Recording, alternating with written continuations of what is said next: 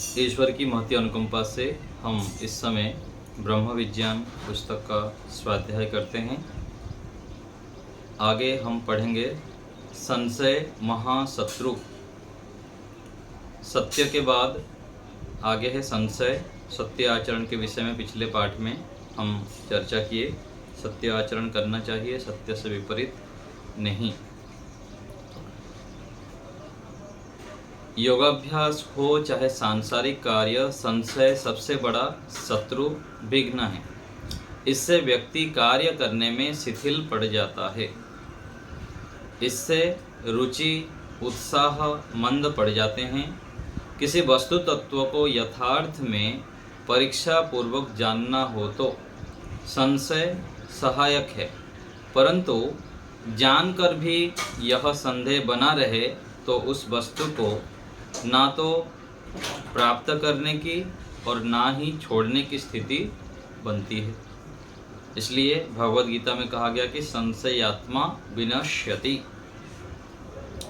तो संशय जब हम करते हैं किसी कार्य में तो उस कार्य को ठीक से कर नहीं पाते।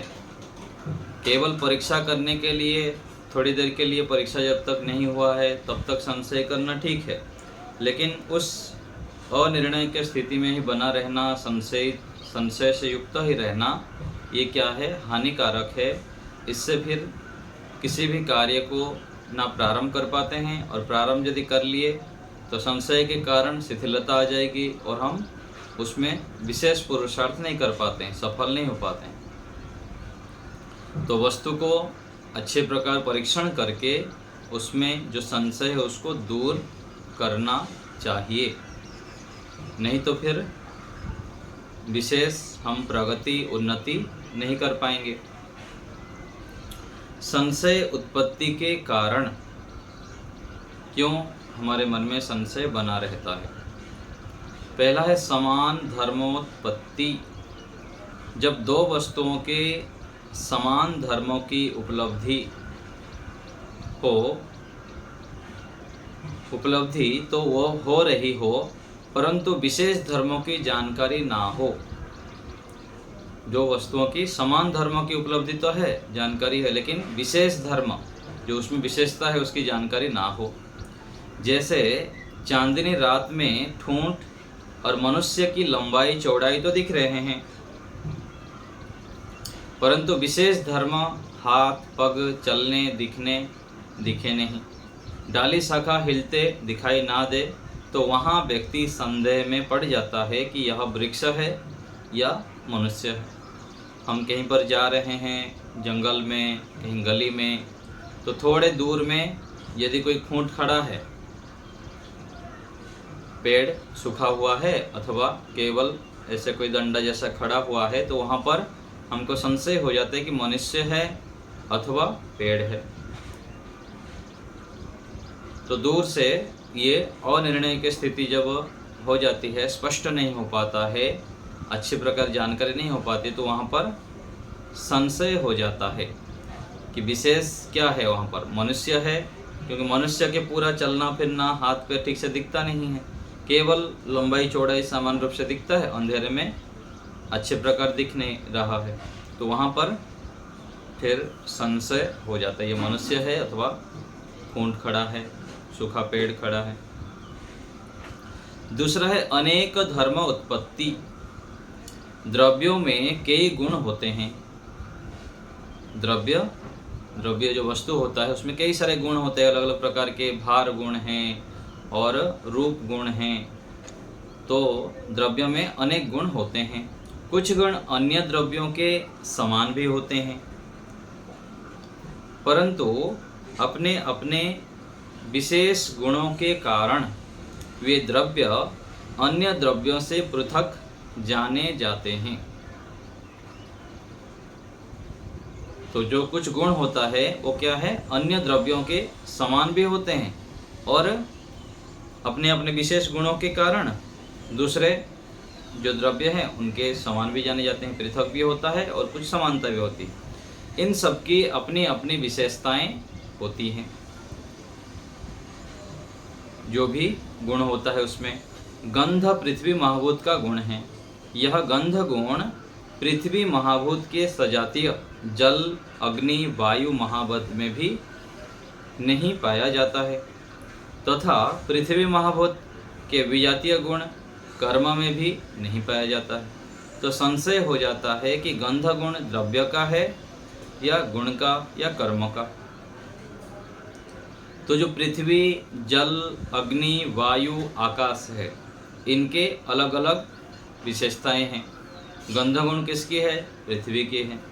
और रूप गुण अग्नि की, वायु गुण स्पर्श के।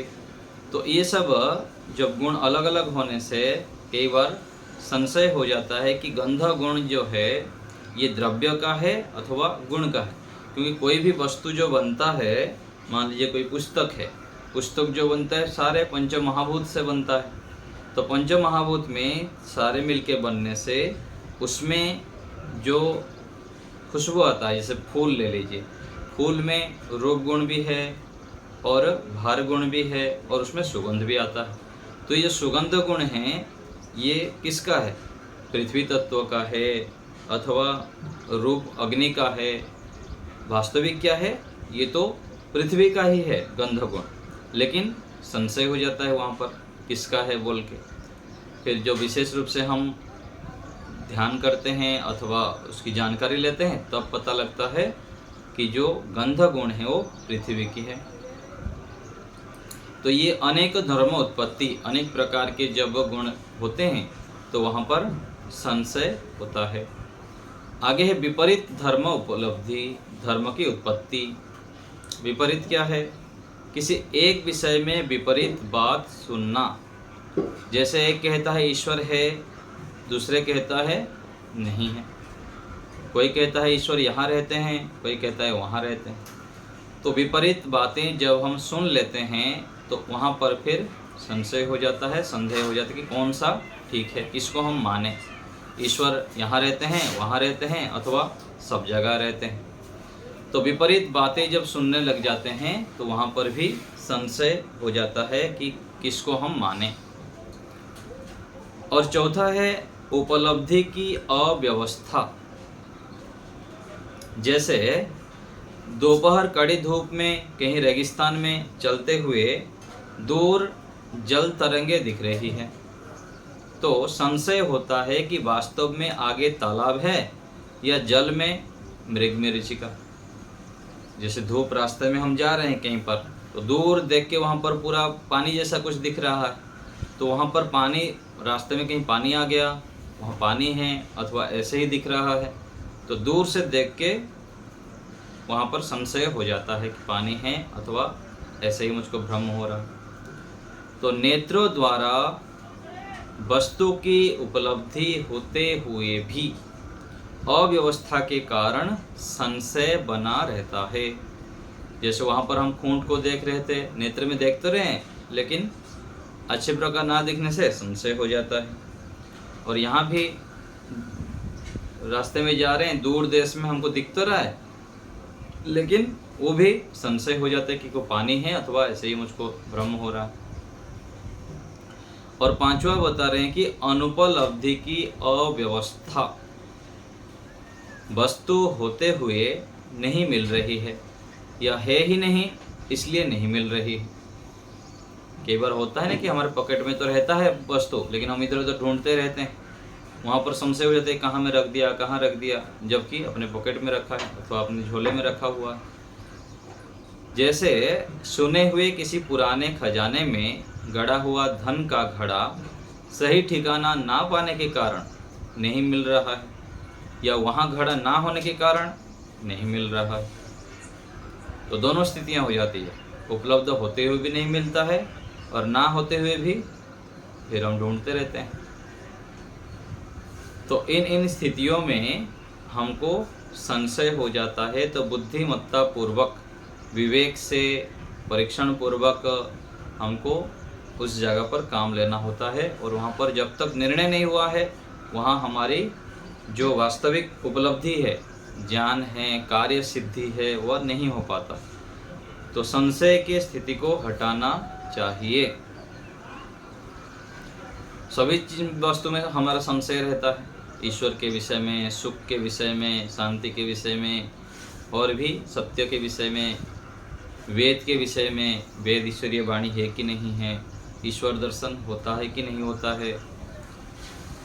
तो बहुत बातें ऐसा है कि हमको संशय बना रहता है, तो उसको हमें हटाना होता है, और हटाने के बाद ही हम फिर आगे निश्चिंतता पूर्वक उस कार्य को कर पाएंगे और उसमें सफल हो पाएंगे।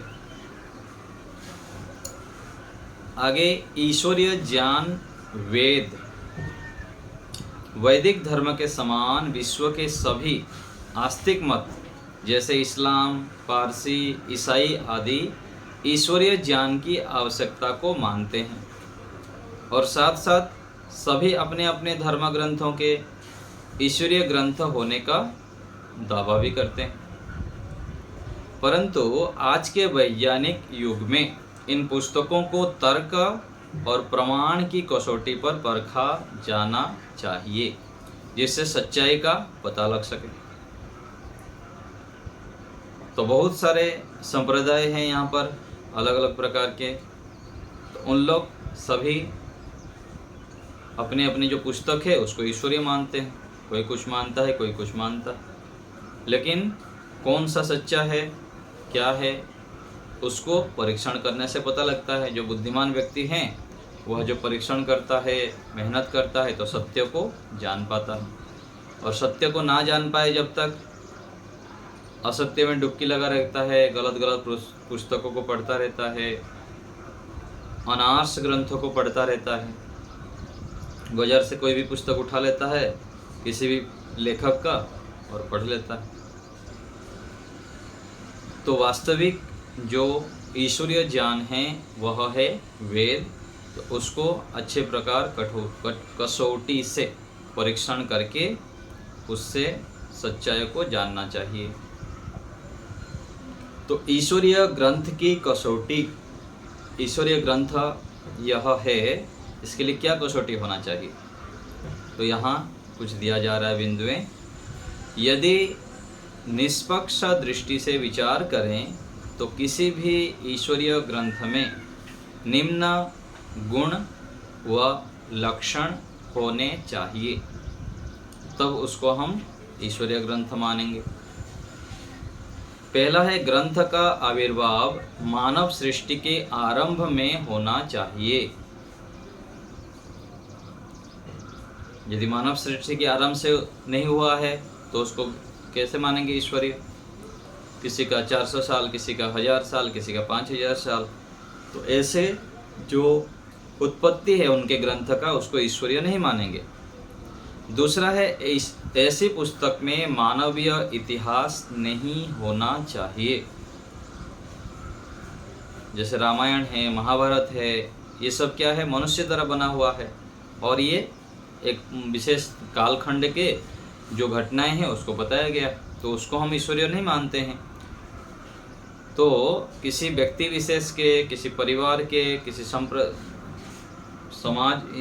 समाज की उस परिस्थिति के विषय में जब वर्णन होगा तो वो ईश्वरीय नहीं होगा। उसका ज्ञान सृष्टि विज्ञान के सत्य सनातन नियम के अनुकूल व प्रकृति के गुणों और रहस्य को खोलने वाला होना चाहिए। तो सृष्टि के विज्ञान जो नियम हैं, प्रकृति के जो गुण हैं, रहस्य है, क्या क्या प्रकृति में हुआ है, कैसे कैसे इसमें परिवर्तन होता है और क्या हो सकता है, इन सब के विषय में विस्तृत व्याख्या होनी चाहिए, तब उसको ईश्वरीय मानेंगे। उसका ज्ञान तर्क संगत, विवेकपूर्ण, वैज्ञानिक और विरोधाभास से मुक्त हो। तो विवेकपूर्ण होना चाहिए, तर्क से संगत होना चाहिए, वैज्ञानिक होना चाहिए, और विरोधाभास, एक जगह कुछ लिखा है, एक जगह कुछ लिखा है, उसमें टकराव होता हो, तो ये भी ईश्वरीय नहीं है। उस ग्रंथ का ज्ञान आस्तिकों की दृष्टि से ईश्वर, जीव, प्रकृति के मूल गुणों एवं उनके पारस्परिक संबंधों की स्पष्ट व्याख्या करने वाला हो। तो ईश्वर, जीव, प्रकृति आदि के विषय में अच्छी प्रकार व्याख्यान हो उसको ईश्वरीय मानेंगे। वह पुस्तक समस्त भौतिक व मानवीय ज्ञान विज्ञान आदि स्रोत हो। जितने भौतिक ज्ञान हैं, जो भी यहाँ पर हो रहा है, आज सृष्टि में देख रहे हैं, कोई भी नया कोई रिसर्च करता है, बनाता है, तो वो सब उसके स्रोत होना चाहिए, उसके आधार पर ही होना चाहिए, उससे विरुद्ध नहीं होना चाहिए। उसका ज्ञान सार्वदेशिक, सार्वभौमिक, समतावादी, निष्पक्ष और प्राणी मात्र के लिए हितकारी हो। जो दूसरे संप्रदाय के ग्रंथ है तो उसमें जो कुछ उलट पुलट लिखा हुआ है, कुछ ना कुछ उसमें वर्णन है, किसी को मारो, किसी को काटो, किसी का कुछ करो, किसी का कुछ करो, सभी प्राणी मात्रों के हित के लिए नहीं है।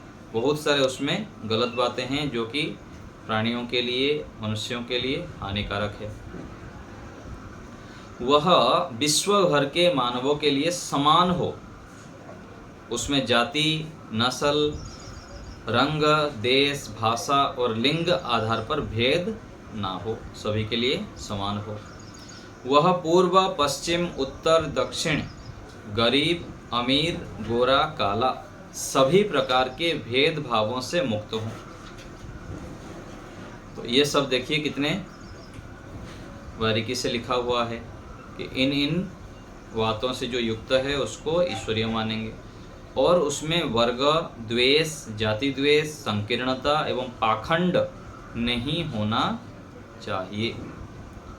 तो ये कुछ बातें हैं, यह जिस पुस्तक में है उसको हम ईश्वरीय मानेंगे, और इसके परीक्षण के लिए भी हमें विशेष ज्ञान की आवश्यकता है, ऋतंभरा प्रज्ञा चाहिए, ज्ञान का उत्कृष्ट अवस्था चाहिए, तब हम अच्छे प्रकार से परीक्षण कर सकते हैं।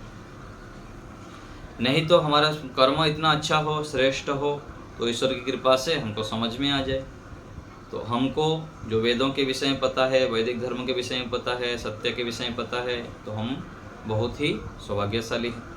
अधिक मेहनत करना नहीं पड़ा है हमको, लेकिन ये सब सत्य ज्ञान प्राप्त हो गया। धर्म ग्रंथों की परीक्षा। विचारणीय यह है कि वेद, पुराण, बाइबल जिंदावस्था में से कौन सा ग्रंथ उपरोक्त कसौटियों पर खरा उतरता है। यह सब तो जितना बताया गया, तो इसमें कुरान, बाइबल आदि जो है, कौन इसके अनुसार आता है, तो ऐसे जब देखेंगे तो कोई भी आएगा नहीं। पारसियों का जिंदावस्था लगभग 3500 वर्ष, ईसाइयों का बाइबल लगभग 2000 वर्ष, मुसलमानों की कुरान लगभग 1500 वर्ष पुरानी है, जबकि वैज्ञानिकों के परीक्षणों के अनुसार मानव सृष्टि लाखों वर्ष पुरानी है। फिर यह भी प्रश्न उठता है कि मनुष्य 3500 वर्ष पहले किन आचार संहिता का पालन करता था। तो इन तीनों में उनके रचने के समय का मानव इतिहास है। जो ये सब ग्रंथ है, इसको रचने का समय है, किसी व्यक्ति विशेष में लिखा हुआ है, और एक समय के अनुसार पता लग जाता है कि इतने साल में ये बना गया। तो सृष्टि तो बहुत 2 करोड़ वर्ष के आसपास हो गया। तो मोहम्मद साहेब और जीसस क्राइस्ट ने तो स्पष्ट रूप से अपने चमत्कारों एवं अपने मत के विरोधियों के प्रति कटु व्यवहार का वर्णन किया है। अतः ये पुस्तकें सृष्टि के आदि समय के नहीं हैं। तो यहाँ पर जो दिया गया है 3 से 6 तक, इनमें से प्राकृतिक नियमों के विरुद्ध अनेक वर्णन हैं इन पुस्तकों में। वैज्ञानिक तर्क प्रमाण की कसौटी पर खरी नहीं उतरती है, और इनमें वर्ग द्वेष प्रेरणा कूट कर भरी हुई है। तो भला ईश्वर अपने पुत्रों में द्वेष फैलाने की आज्ञा कैसे देगा। तो इन सब बातों को विचार करने पर पता लगता है कि प्रामाणिक ग्रंथ कौन सा है। तो न्याय दर्शन में लिखा है कि तद अप्रामाण्यात् प्रामाण्यम अनृत व्याघात पुनरुक्त दोषेभ्यः अर्थात जिस पुस्तक में ये 3 दोष हो वह प्रमाण करने योग्य नहीं हो सकती है। कौन कौन सा दोष? मिथ्या बातों का उल्लेख हो, और दूसरा परस्पर विरोधी बातें लिखी हों, और तीसरा पुनरुक्त असंबद्ध बातों का समावेश हो, वह पुस्तक प्रामाणिक नहीं हो सकती है। तो ये जो पुस्तकें हैं इसमें मिथ्या बातें लिखा हुआ है, बहुत सारा परस्पर विरोधी बातें हैं, कहीं कुछ लिखा है, और असंबद्ध बातों का भी समावेश है, इसलिए इनको प्रमाण नहीं मानना है। तो आगे आ रहा है कि वेद ही ईश्वरीय ज्ञान क्यों है? क्यों माने हम वेद ही ईश्वरीय ज्ञान है? क्योंकि उपरोक्त सभी कसौटियां वेद के विषय में सही उतरती हैं, इसीलिए हमें इसको ईश्वरीय मानना चाहिए। और वैशेषिक दर्शन में भी लिखा है कि बुद्धि पूर्वा वाक्य कृतिर वेदे, वेद में जो वाक्य की रचना है वह बुद्धि पूर्वक है, बहुत प्रामाणिक ढंग से लिखा गया है, व्यवस्थित ढंग से लिखा है, संसार के सभी के उपकार के लिए लिखा है। तो इन सब बातों के कारण वेद ही ईश्वरीय ज्ञान है, हमें मानना चाहिए, समझना चाहिए। तो सभी निष्पक्ष विद्वान मानते हैं कि वेद विश्व की प्राचीनतम पुस्तक है। सभी धर्मों ने मानवतावादी नैतिक मूल्य इन्हीं वेदों में से लिए हैं।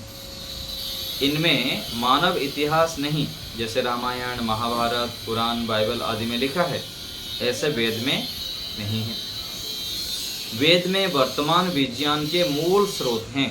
जितने भी यहाँ पर वैज्ञानिक कार्य करते हैं उनके मूल में जब जाते हैं तो वेद के अंदर मिलता है वो सब बातें। गणित का स्रोत वेद है, यह विदेशी भी मानते हैं। तो वेदों की शिक्षा सार्वदेशिक, सार्वकालिक, मानवतावादी, प्रेरणादायक तथा वर्ग, जाति, द्वेष, अन्याय आदि दोष से मुक्त मानव मात्र के एक समान कल्याणकारी है। तो देखिए वेद कितना उत्कृष्ट है। वेद में किसी में झगड़ा झाटी कुछ भी लिखा नहीं, द्वेष करना, किसी वर्ग विषय के विषय में उनके झगड़ा करना, उनको अलग रखना आदि कोई गलत बातें लिखा नहीं है। वेद विश्व बंधुत्व व एक विश्व राज्य व्यवस्था का कथन करता है। सब प्राचीन भारतीय ग्रंथों में इसे ईश्वरीय ज्ञान माना है, और अनेक विदेशी विद्वान जैसे रेप, मोरिस, फिलिप, मोक्स मुलर, जेकोब मेट्रो, मदा ब्लाब, स्टिकी आदि ये जो विदेशी लेखक हुए हैं, उन लोगों ने भी इसे ईश्वरीय ज्ञान मानते हैं। तो वेद ईश्वरीय ज्ञान है, उसमें बहुत अच्छे प्रकार से मानव कल्याण की बातें लिखी हैं। इसलिए ऋषि दयानंद जी लिखते हैं कि वेद को पढ़ना, पढ़ाना और सुनना, सुनाना सब श्रेष्ठ लोगों के कर्तव्य है। इसलिए हमको वेदों को पढ़ना चाहिए और पढ़ाना चाहिए, बार बार उसके ऊपर चिंतन भी करना चाहिए। तो ये वेद के विषय में आया, तो इसको हमें अच्छे प्रकार से जानना है। यदि ईश्वर के विषय में ईश्वरीय वाणी को जानना है, ईश्वर क्या हमको निर्देश दिए हैं जानना है, तो वेद को पढ़ें, अथवा वेद के आधार पर जो ऋषिकृत ग्रंथ हैं उसको पढ़ने से हमें अच्छे प्रकार से वेदों के विषय में ज्ञान होता है। ठीक है, आपको कुछ पूछना हो तो बताइए। सुदेशना माता जी बोलिए।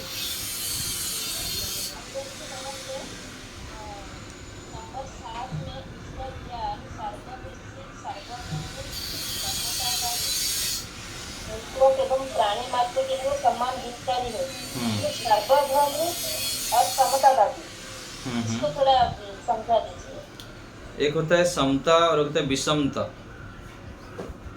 सम अर्थात सबके लिए हितकारी, और विषमता अर्थात जो बिगड़ जाता है ना, किसी के लिए कुछ हो, किसी के लिए कुछ हो। तो समता अर्थात सभी के कल्याण के लिए और सभी के हित के लिए, उसको समतावाद कहेंगे। वाद अर्थात कथन, सबके लिए, सबके हित के लिए जो कथन होता है उसको समतावाद समझेंगे। और विषमता जो कहीं कुछ हो, कहीं कुछ कथन हो और दूसरे जगह कुछ कथन हो, जहाँ पर मेल ना खाता हो, तो उसको विषमतावाद कहेंगे। सार्वभौमिक अर्थात सभी समय के लिए। मान लीजिए कि आज ये कुछ बातें हैं, 10 साल बाद कुछ दूसरे बातें हो जाएं, दूसरे कुछ वर्णन हो, दूसरे कुछ उसका परिवर्तन हो जाए, ऐसा नहीं। सभी समय में यथा पूर्वम अकल्पयत कहा गया ना, हर सृष्टि में ईश्वर के नियम समान हैं। इसी प्रकार से वेद रचना होगी, सूर्य चंद्र मनुष्य की रचना ऐसे ही होगी। अगली सृष्टि में मनुष्य के दूसरे ढंग से हो जाएंगे, 4 पैर वाले मनुष्य हो जाएंगे, ऐसा नहीं। सार्वभौमिक है, सार्वदेशिक है। हर समय ईश्वर का नियम व्यवस्था एक समान ही चलता है, उसमें कोई परिवर्तन नहीं होता है। और लास्ट में 3 नंबर है, पुनरुक्त असंबद्ध बातों का समावेश है। पुनरुक्त अर्थात क्या होता है? बार बार जो कथन हो। एक तो होता है कि जो पुनरुक्त किया जाता है वो सार्थक पुनरुक्त भी होता है, जैसे जल्दी खाओ, जल्दी खाओ, जल्दी जाओ व्यवहार में बोल देते हैं, इस कार्य को जल्दी जल्दी कर दो नहीं तो बिगड़ जाएगा, ऐसे बोलते हैं। तो ये तो सार्थक है। और कहीं पर जहाँ पर संगति नहीं है वहाँ पर भी पुनरुक्त बोलते जाना। तो ये अनार्स ग्रंथों में जो अप्रामाणिक ग्रंथ है उसमें पुनरुक्त दोष आता है ना, बारंबार बोलते हैं। हाँ, बार बार उसको वर्णन आना। तो इसीलिए जो पुनरुक्त दोष से युक्त है उसको हम अच्छा नहीं मानेंगे। असंबद्ध अर्थात जिस, जैसे ऋषि दयानंद जी लिखते हैं ना सत्यार्थ प्रकाश के प्रारंभ में, आकांक्षा, आसक्ति, तात्पर्य जो लिखा है इसीलिए ही लिखे हैं कि व्यक्ति को अच्छे जो बुद्धिमान नहीं होते हैं वो कुछ का कुछ अर्थ निकाल देते हैं। और लेखक भी ऐसा ही होता है कि उसको ध्यान नहीं रहता है कब क्या लिखना है, कहाँ पर कैसे संबद्ध लगाना है वाक्य को। तो ये सब अनार्स ग्रंथों में होता है। तो ये जो वेद में ऐसा कोई भी नहीं, जहाँ पर भी लिखा है वो सब सार्थक ही लिखा है। ठीक है। तो ईश्वर जो भी लिखे हैं ईश्वरीय वाणी में, वेद में जो भी लिखा गया है वो सभी के लिए हितकारी है। तो वेद को हमें ईश्वरीय मानना चाहिए, क्योंकि ऋषियों ने बहुत परीक्षण करके और मेहनत करके उसे सुरक्षित भी रखे हैं हमारे सामने, बहुत पुरुषार्थ करके। और वेद आज जो हमारे पास वेद उपलब्ध है वो सत्य विद्या है, वेद में कोई मिलावट नहीं हुआ है। दूसरे ग्रंथों में तो मिलावट हुआ है, लेकिन वेद में कोई मिलावट नहीं कर पाए, क्योंकि जो बुद्धिमान पंडित थे, ब्राह्मण थे, उन लोगों ने वेदों को अलग अलग प्रकार से कंठस्थ करते हुए उसको सुरक्षित रखे हुए हैं। तो वेद जो हमारे पास हैं वह सत्य है, उसमें कोई मिलावट नहीं है। तो हम वेदों को पढ़ें। और हमारे पास ऋषि दयानंद जी के प्रामाणिक वेद भाष्य भी उपलब्ध है, तो उसको पढ़ते हुए वेदों के वास्तविक तात्पर्य को जानें। और वेदों के वास्तविक तात्पर्य क्या है? तो एक श्लोक आता है उपनिषद में, सर्वे वेदा यत् पदम आमनन्ति तपांसि सर्वाणि च आवदन्ति यद इच्छन्तो ब्रह्मचर्यं चरन्ति तत्ते पदम संग्रहेण ब्रवीमि ओम इति एतत्। तो सर्वे वेद यत् पदम आमनन्ति, सभी वेद शास्त्र दर्शन ऋषि महर्षि जितने लोग जिस चीज़ को चाहते थे और जिसके लिए ब्रह्मचर्य का पालन करते रहे, घोर तपस्या करते रहे, वो कौन है? कौन से पद को प्राप्त के लिए, किसको प्राप्त करने के लिए? वो कहा गया ओम इति एतत्, जो परम ब्रह्म हैं, ईश्वर को प्राप्ति के लिए ही सभी वेद दर्शन उपनिषद एक स्वर से कह रहे हैं कि परमात्मा को जानो। उसको जानने से ही तुम दुखों से, कष्टों से, बाधाओं से, पीड़ाओं से, रोगों से मुक्त हो सकते हो। तो उसको जानना जो मनुष्य जीवन का परम लक्ष्य है, कर्तव्य है। तो ईश्वर को जानने के लिए प्रयत्न करना, तपस्या करने से ही हमारा जीवन सार्थक होता है। तो ये वेदों का सार है। अब हम जो वेदों को पढ़ेंगे, वेद भाष्य को, ऋषि दयानंद जी के भाष्य को भी देखेंगे, तो प्रत्येक मंत्र में अलग अलग जगह पर, प्रकरण में यही संदेश है कि हम ईश्वर को जानें, ईश्वर को जानने के लिए पुरुषार्थ करें। तो ये बातें हैं। और किसी को कुछ पूछना है? चलिए।